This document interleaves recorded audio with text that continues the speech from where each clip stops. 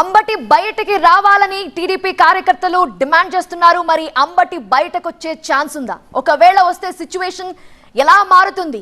ఒకటే టెన్షన్ కనిపిస్తోంది. అంబటి నివాసం చుట్టూ కూడా పూర్తిగా అంబటి నివాసం పరిసర ప్రాంతాలు ఆ రోడ్డు మొత్తం కూడా టీడీపీ కార్యకర్తలతో నిండిపోయిన దృశ్యాలు మీరు చూస్తున్నారు. మహిళా కార్యకర్తలు పెద్ద ఎత్తున అక్కడికి చేరుకున్నారు. చీపుర్లు చూపిస్తున్నారు. చీపుర్లతో అక్కడికి అంబటి నివాసం వద్దకి చేరుకున్నారు. అంబటి బయటకొచ్చి సారీ చెప్పాలి, క్షమాపణ చెప్పి తీరాల్సిందే అని డిమాండ్ చేస్తున్నారు. పోలీసులు ఇప్పటికే విజ్ఞప్తి చేస్తున్నారు మహిళా కార్యకర్తలను అక్కడి నుంచి వెళ్ళమని, కొంచెం వెనక్కి తగ్గండి, కాస్త వెనక్కి వెళ్ళండి అని చెప్పి. కానీ వాళ్ళు మాత్రం అక్కడి నుంచి కదిలేదే లేదు, తగ్గేదే లేదు అంటూ అక్కడే భీష్మించుకొని నించున్న దృశ్యాలు మీరు చూస్తున్నారు.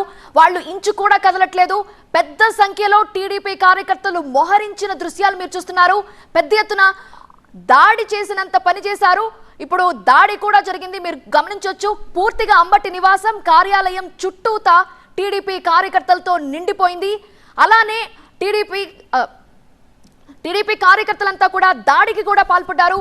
లోపలికి చొచ్చుకు వెళ్లారు, దూసుకొని వెళ్లిపోయారు. కర్రలతో వచ్చారు వాళ్ళు. లోపలికి వెళ్ళిన తర్వాత అంబటి కారు కనిపించింది. ఆ కారు అద్దాలని ధ్వంసం చేశారు, కార్ని పగలగొట్టారు. తర్వాత అంబటి కార్యాలయం యొక్క అద్దాలు ధ్వంసం చేశారు. అంబటి కార్యాలయానికి సంబంధించిన గేట్లు దూకి లోపలికి వెళ్లారు. అక్కడ కుర్చీల్ని విరగొట్టారు, పూల కుండీల్ని ధ్వంసం చేశారు. ఒక ఉద్రిక్త వాతావరణం ఏర్పడింది. పోలీసులు కంట్రోల్ చేయలేని సిచ్యువేషన్ ఏర్పడింది. ఇప్పటికీ అదే పరిస్థితి కొనసాగుతోంది.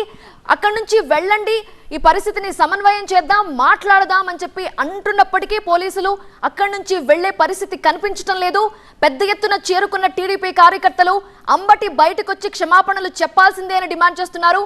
మరోవైపు అంబటి అంతకు ముందు ఇంత పెద్ద ఎత్తున కార్యకర్తలు అంబటి నివాసం వద్దకి చేరుకోక ముందు ఒక మాట అన్నారు, నేను అరెస్టులకు భయపడే ప్రసక్తే లేదు, అరెస్ట్ చేసుకోండి అని. దీంతో వాళ్ళకి మరింత కోపం వచ్చింది. పెద్ద సంఖ్యలో అక్కడికి చేరుకున్నారు. మహిళలు కూడా అక్కడికి చేరుకున్న దృశ్యాలు మనం చూస్తున్నాం. ఏం జరగబోతోంది అనేది మాత్రం ఉత్కంఠగా మారింది. ఒక సస్పెన్స్ కనిపిస్తోంది. టెన్షన్ కంటిన్యూ అవుతున్న సిచ్యువేషన్. పోలీసులు మరి ఇప్పుడు ఏం చేయబోతున్నారు అనేది అర్థం కావాల్సింది. ఎందుకంటే ఒక్కళ్ళు కూడా అక్కడి నుంచి వెనక్కి తగ్గట్లేదు, వెళ్ళట్లేదు. వచ్చిన ప్రతి కార్యకర్త అక్కడే ఉంటున్నారు.